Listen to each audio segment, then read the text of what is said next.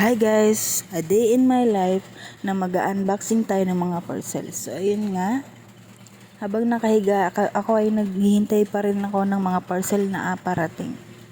Tumayo na nga ako dyan. Pasensya na pala kayo guys, puro mukha ako na lang lagi pag nagvo-voice over. Kasi nga si babe may work, tsaka busy siya lagi sa mga ginagawa niya. Ngayon, nahiya rin. Ito na nga, at dumating na nga ito ang unang parcel. Ano kaya ito? Sige nga, buksan nga natin. So ayun, as you can see, safe na safe siya nang dumating. Naka-bubble wrap pa ito. May gunting nga ako dyan at ginugupit ko na kasi alang naman kamay natin, di ba? Charot. Yan, gupit. Ang likot nga pala ng camera kasi nga ako lang nagbibideo niyan. So, kaya nyo ba yun guys? Yung nag-unboxing yung isang kamay niya, yung isa nagbibideo. Yan, at binalibaligtad ko na nga at di ko alam kung paano talaga siya. Kurot-kurot na parang kaaway ko ba tong parcel na to? Para kung sinasabunutan nata eh. Yun.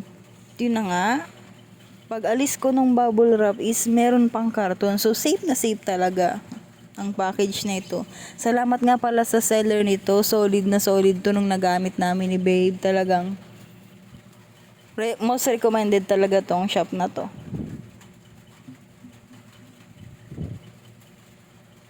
Ginunting ko na nga uli ito. Dahil nakatape pa nga. Naka-bubble wrap pa. So, ayun, time-lapse ko na yun. Kinat ko na dahil hindi ko talaga siya kayang nagbibideo habang gumugupit ng parcel. Pasensya na, guys. So, ayun, pinost ko muna, tas pinlay uli. Trying hard na masyado kasi. Yun na nga, at nung nakita ko na nga yung laman ay, yun. Ito pala ay varnish. Lalagay nga pala namin ito ni babe sa mga tables and furnitures namin dito sa bahay.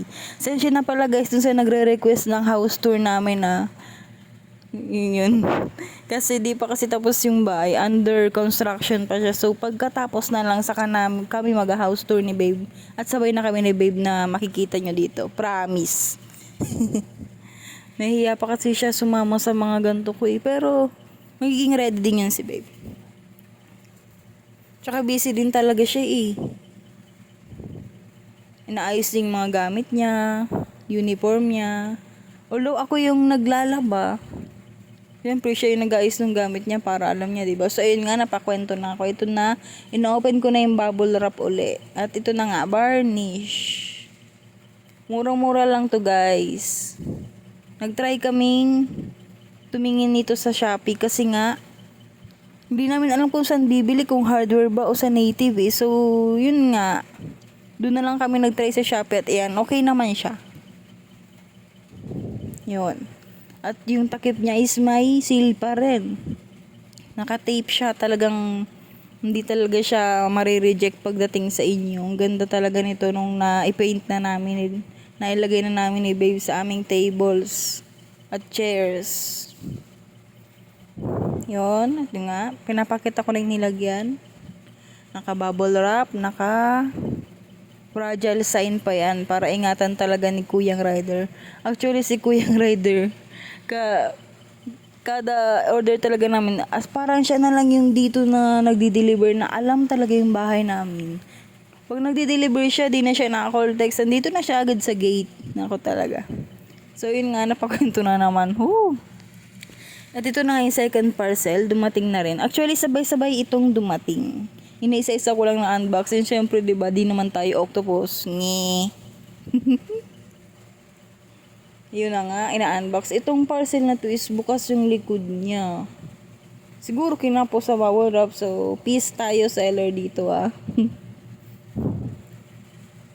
Yun. At yung pagbili ko nga nito is, pag-check out ko nga nito guys sa Shopee is paint lang. So nagulat ako kasi nga may free na siya na pang brush. Ayun no.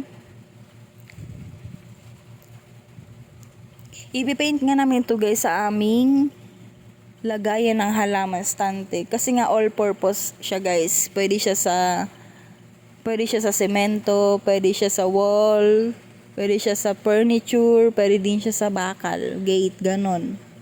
As in, yung isang pasungan namin dito, kinuloran din namin, pininturahan din namin ng ganyan. Kulay black pala yan guys, kasi nga, mahilig kami ni babe talaga sa black, as in. Talaga. Talaga. Yun na nga, piniplex ko lang itong, maganda din to guys.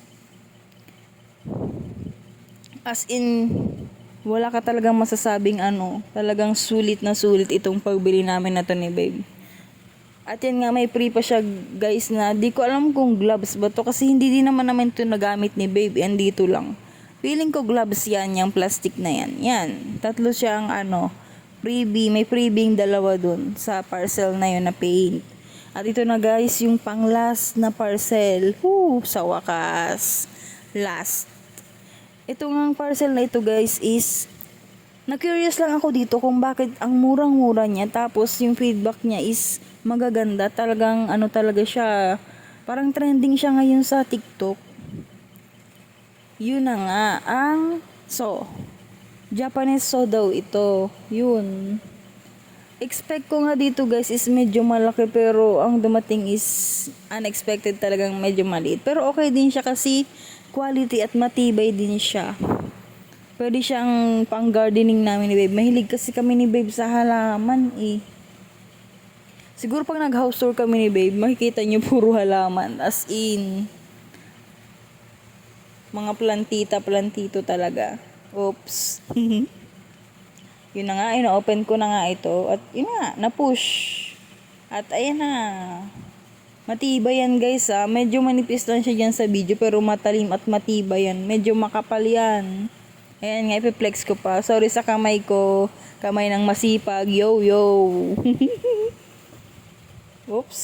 Ayan nga, muntik pa akong mahilis dyan. Kasi nga naman, tinetesting natin kung gaano kakapal at yung quality niya. Pinapakita natin. Nakascrew yung handle niya. Medyo makapal yung talim niya guys, diba? Nakikita nyo naman. Oops. At yun, may tulis pa siya sa dulo. So, ayun na guys. Ito na guys. Thank you for watching guys. At yun, tapos na nga yung parcel unboxing.